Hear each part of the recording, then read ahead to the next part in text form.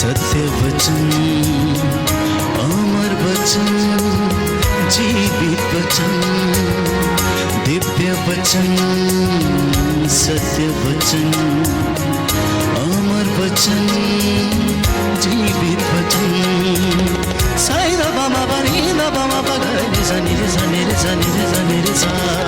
दिव्य वचन, सत्य वचन, अमर वचन, जीवित वचन, दिव्य वचन, दिव्य वचन।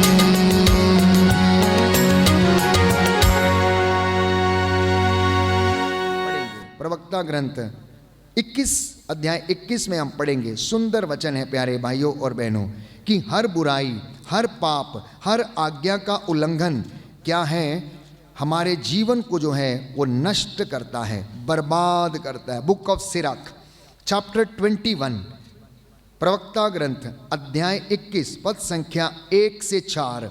पुत्र, क्या तुमने पाप किया है तो फिर ऐसा मत करो।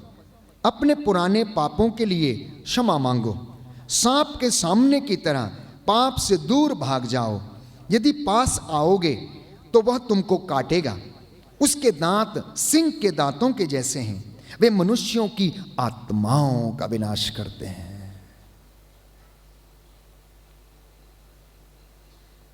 किसका विनाश करते हैं? किसका विनाश करते हैं? किसका विनाश करते हैं? आत्मा का विनाश करते हैं। ये शरीर तो बचेगा नहीं, चाहे इस पे कितना भी पाउडर, कितनी लिपस्टिक, कितने मेकअप कर लो, ये नहीं बचेगा, ये नहीं बचेगा। आत्मा बचेगी।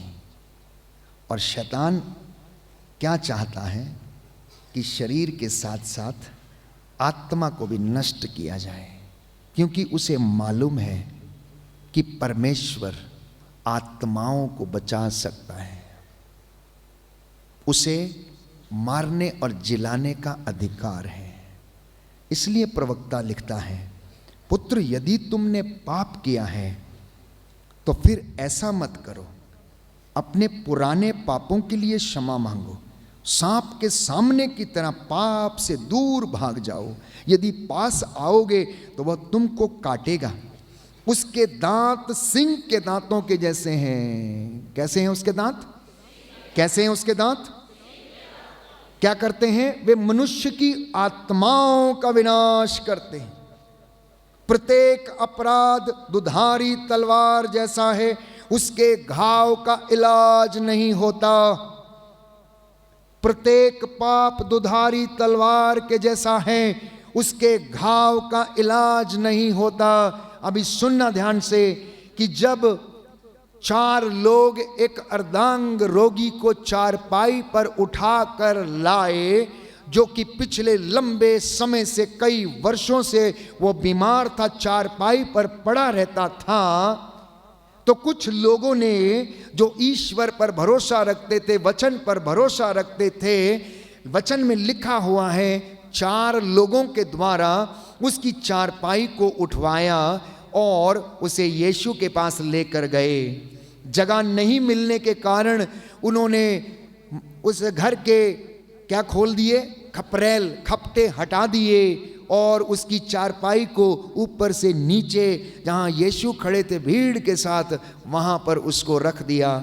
यीशु ने उसके ऊपर नज़र दौड़ाई। प्यारे भाइयों और बहनों, यीशु ने उसके ऊपर नज़र दौड़ाई और उससे कहा कि तेरे पाप क्षमा हो गए हैं, क्योंकि यीशु जानता था इसकी ये बीमारी इसके पापों के कारण आई है और यीशु मसीह को पाप क्षमा करने का अधिकार है। यीशु मसीह को पाप क्षमा करने का अधिकार पिता ईश्वर ने दिया।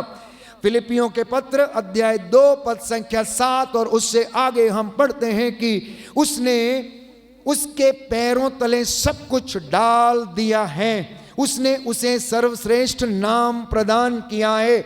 इसलिए उस अधिकार से यीशु मसीह ने उस अर्धांग रोगी से कहा कि तेरे पाप क्षमा हो गए हैं। लेकिन वहाँ खड़े लोग भुनभुनाने लगे, वहाँ खड़े लोग कहने लगे, ये कौन है जो पापों को क्षमा करता है? पाप क्षमा करने का अधिकार जो है वो केवल पिता ईश्वर को है। इसे वो अधिकार किसने दिया? तो उसके मन के विचारों को भांप कर यीशु ने ये कहा, क्या कहना अधिक सहज है, तेरे पाप क्षमा हो गए हैं या फिर अपनी खाट उठा और घर जा।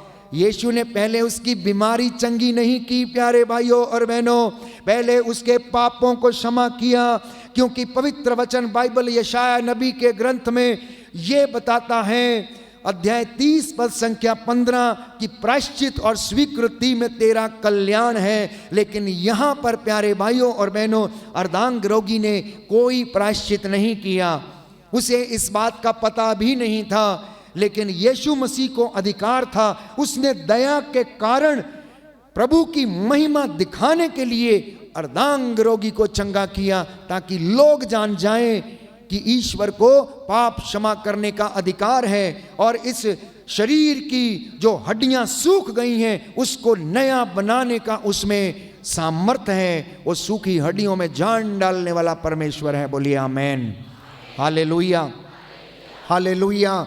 यीशु की स्तुति हो, यीशु को धन्यवाद, यीशु की आराधना हो, यीशु की महिमा हो, यीशु को धन्यवाद। हे प्रभु यीशु, मैं हृदय से प्रायश्चित करता हूँ, मुझ पर दया कीजिए, मेरे परिवार को, मेरे पूर्वजों के पापों को, गलतियों को क्षमा कीजिए। Hallelujah, hallelujah, hallelujah. तो अगर आप चाहते हैं कि परमेश्वर हमारी जिंदगी में आत्मिक उन्नति हमें प्रदान करे, बहुतों को पवित्र आत्मा चाहिए, बहुतों को प्रवचन करने का वरदान चाहिए, बहुतों को ऐसे ऐसे वरदान। मुझसे कल भी कुछ लोग कह रहे थे, फादर जी हम क्या करें, हम आत्मा में बढ़ें, आत्मिक उन्नति करें। उन सब को करने के लिए हमें प्रभु के साथ पवित्रताई में रहने की आवश्यकता है, और तब ये वरदान वो हमारी ज़िंदगी में देगा प्यारे भाइयों और बहनों।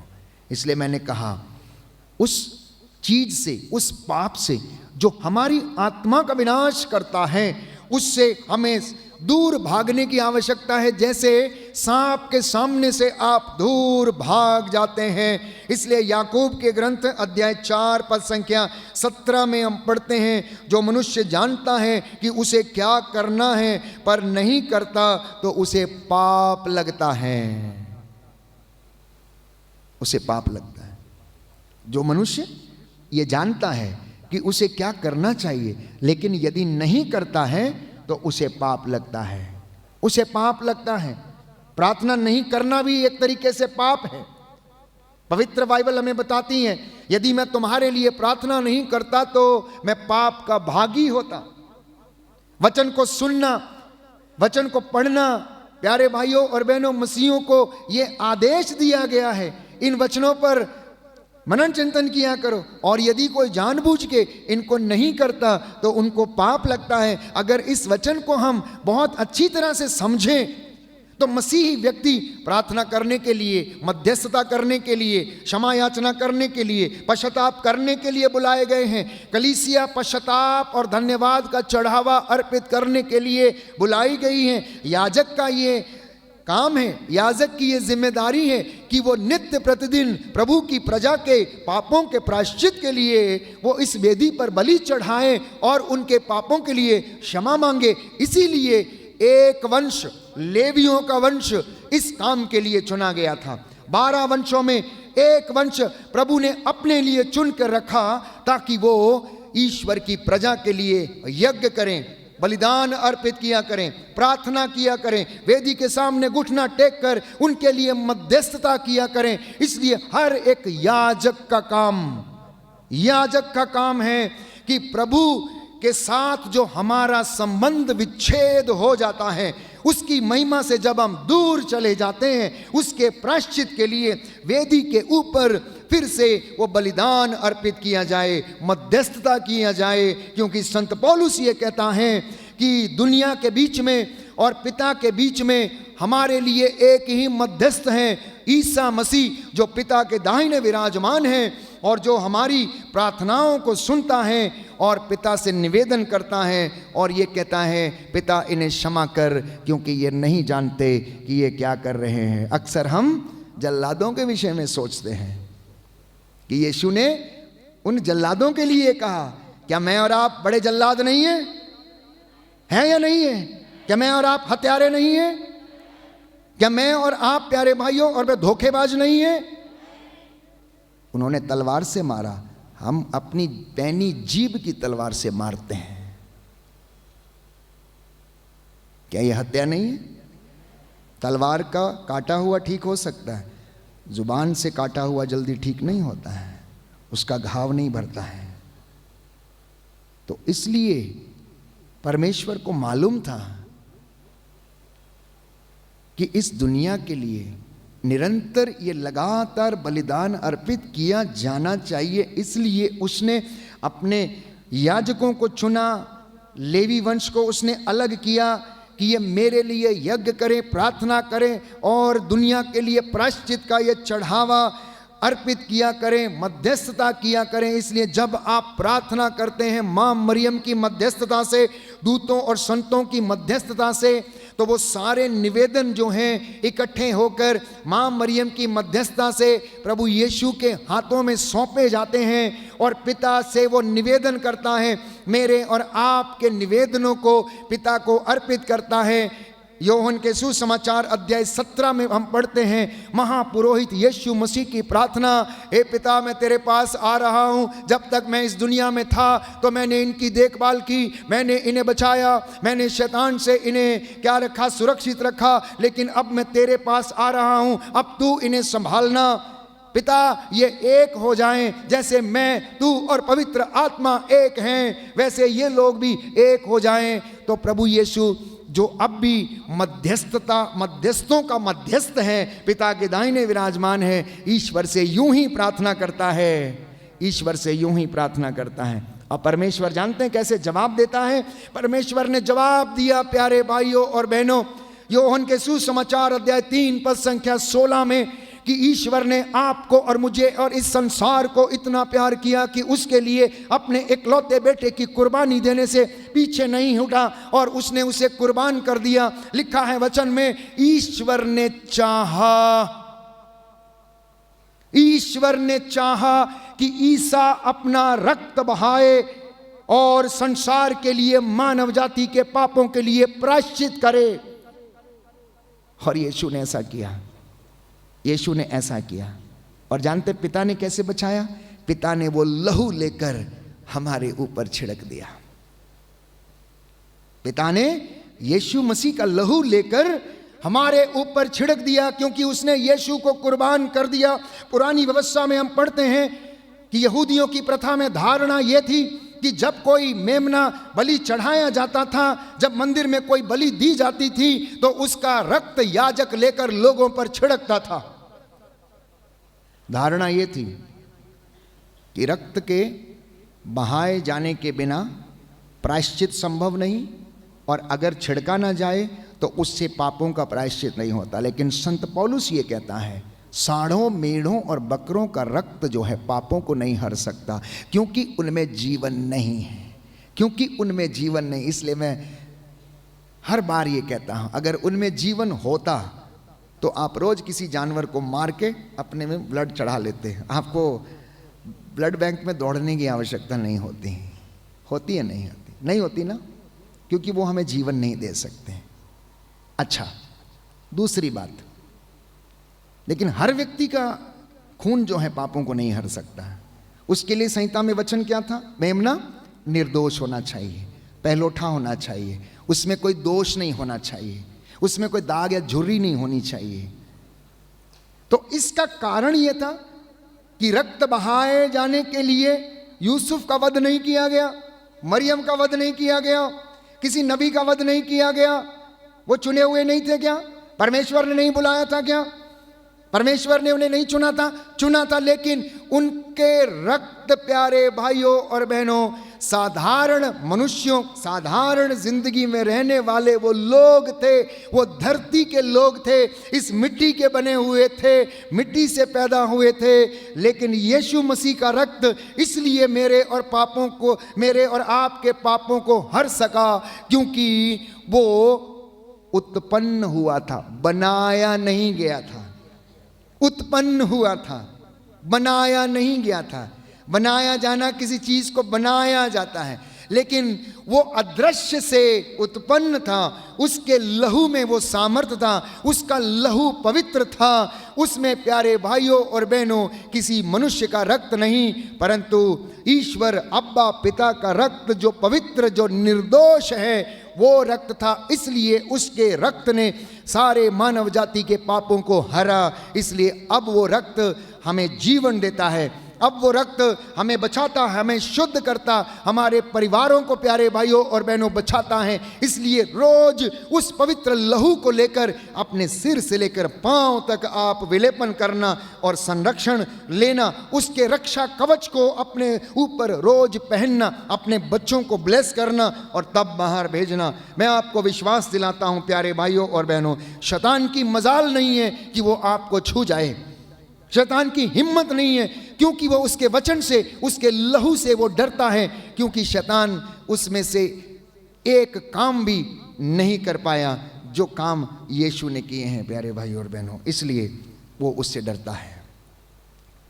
इसलिए पाप से दूर रहना, क्योंकि शैतान झूठ का पिता है। अगर आप योहन का सुसमाचार अध्याय 8 पद संख्या 46 और उससे आगे वचन पढ़ेंगे तो वहां पर लिखा है, तुम अपने पिता, झूठे पिता की संतान हो, क्योंकि वो तो आरंभ से झूठ बोलता आया है। खोलिए वचन, योहन का सुसमाचार अध्याय 8, सुंदर वचन है, इसको दोहराइए ताकि जब भी आपको झूठ बोलने की बात मन में आए तो इस वचन को याद करना कि नहीं नहीं नहीं नहीं, मैं झूठ नहीं बोलूंगा। ये झूठ जो है ये किसकी ओर से है?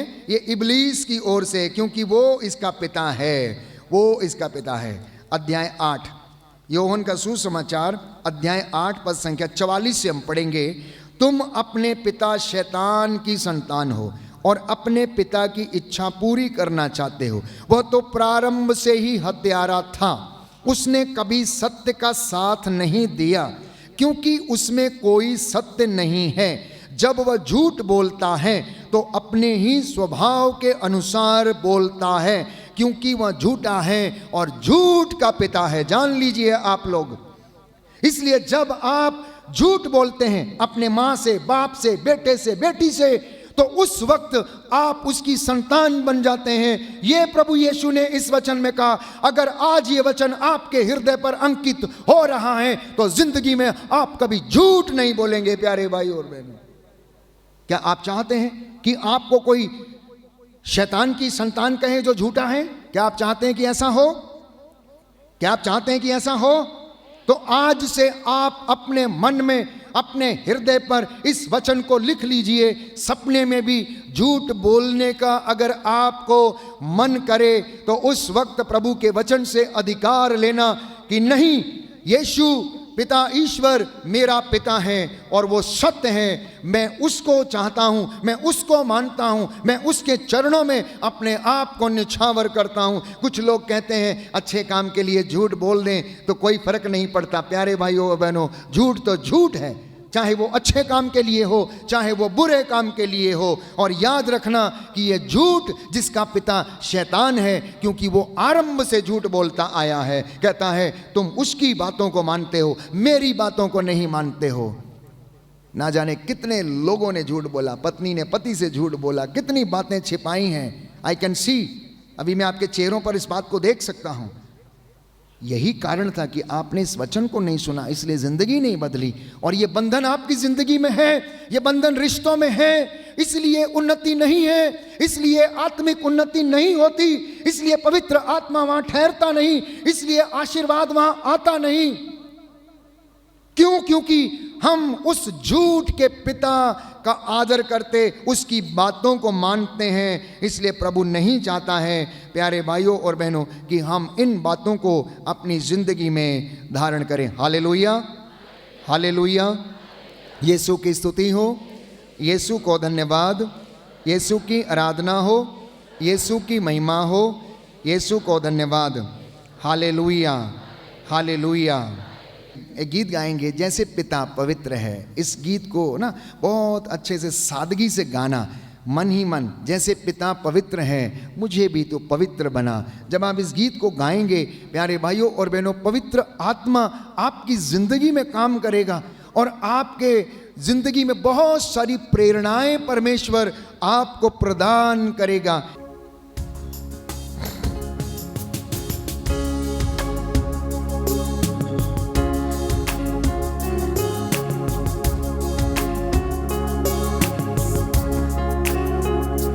जैसे पिता पवित्र है, वैसे मुझे पवित्र कर दे।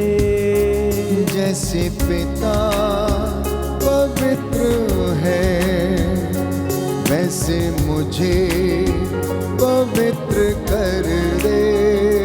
जैसे पिता पवित्र है, वैसे मुझे पवित्र कर दे। जैसे पिता पवित्र है, वैसे मुझे पवित्र कर दे। जिसने मुझे बुलाया वो प्रभु पवित्र है। जिसने मुझे बुलाया वो प्रभु पवित्र है। जैसे पिता पवित्र है, वैसे मुझे पवित्र कर दे। जैसे पिता पवित्र है, वैसे मुझे पवित्र कर दे।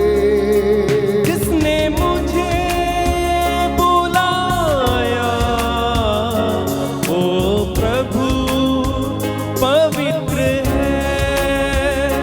जिसने मुझे बुलाया वो प्रभु पवित्र है। एक साथ जैसे पिता पवित्र है, वैसे मुझे पवित्र कर दे। जैसे पिता पवित्र है, वैसे मुझे पवित्र कर दे। जैसे पिता पवित्र है, वैसे मुझे पवित्र कर दे। जैसे पिता पवित्र है, वैसे मुझे पवित्र कर दे। प्रार्थना करें प्यारे भाई प्यारी बहन, प्रभु जो सच्चा है वो हमें सच्चाई के मार्ग पर आगे बढ़ाए। प्रभु ना तो ठगता है न ठगा जा सकता है। वो अपने नाम का सच्चा है, अपने वादों का सच्चा है। उसका वादा कभी झूठा नहीं होता। एक एक वादा जो उसने हमसे किया है वो हमारी जिंदगी में उसे पूरा करता है। इसलिए पवित्रता और अभिषेक दोनों साथ साथ चलते हैं। Anointing and holiness they go together. पवित्रता और अभिषेक दोनों साथ साथ चलते हैं। अगर पवित्रता है, अभिषेक बना रहेगा। पवित्रता नहीं है, अभिषेक चला जाएगा। दाऊद की जिंदगी में भी ऐसा ही हुआ, शमशून की जिंदगी में भी ऐसा ही हुआ। सुलेमान की जिंदगी में भी ऐसा ही हुआ। जितने प्रभु के दास थे, जब उनकी जिंदगी से पवित्रता दूर चली गई तो प्यारे भाइयों और बहनों, उनका अभिषेक भी जाता रहा। लेकिन जब उन्होंने प्रायश्चित किया, जब उन्होंने माफी मांगी, जब प्रभु के सामने रोए और गिड़गिड़ाए, तो प्रभु ने उन्हें फिर से वही ताजा अभिषेक और अपना मसा उन्हें प्रदान किया, जिसने पाप ना किया हो।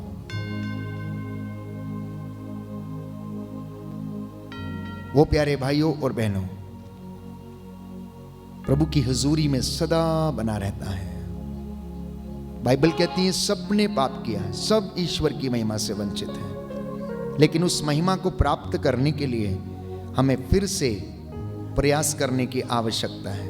अपने मन में पवित्रता, विचारों में पवित्रता, आंखों में पवित्रता, कानों में पवित्रता, हाथों में पवित्रता, अपने काम में पवित्रता, दफ्तर में जो आप लिखते हैं उसमें पवित्रता, हमारी दृष्टि में पवित्रता, शरीर के हर स्तर में पवित्रता की आवश्यकता है। हमारी सेवकाई में पवित्रता। आप जिस प्रोफेशन में, चाहे आप डॉक्टर हैं, चाहे आप न्यायकर्ता हैं, चाहे आप जज हैं, चाहे आप वकील हैं, चाहे आप क्लर्क हैं, वहाँ पर आप जो भी काम करते हैं उसे ईमानदारी से, पवित्रता में रहकर उस काम को करना, उसमें बरकत आएगी। यहाँ तक कि खाना बनाते समय, काम को करते समय भी पवित्रता बरतते रखना। फिर से इस गीत को गाएंगे, जिसने पाप ना किया हो।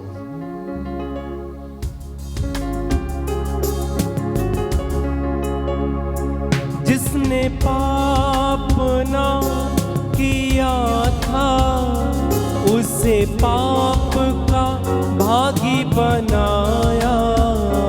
जिसने पाप ना किया था, उसे पाप का भागी बनाया। जिसने पाप ना किया था, उसे पाप का भागी बनाया। जिसने पाप ना किया था, उसे पाप का भागी बनाया।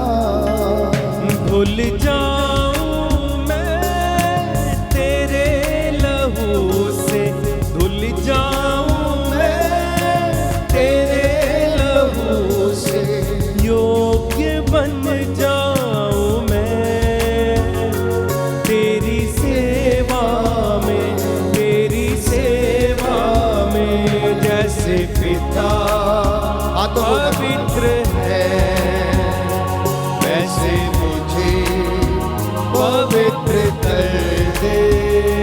जैसे पिता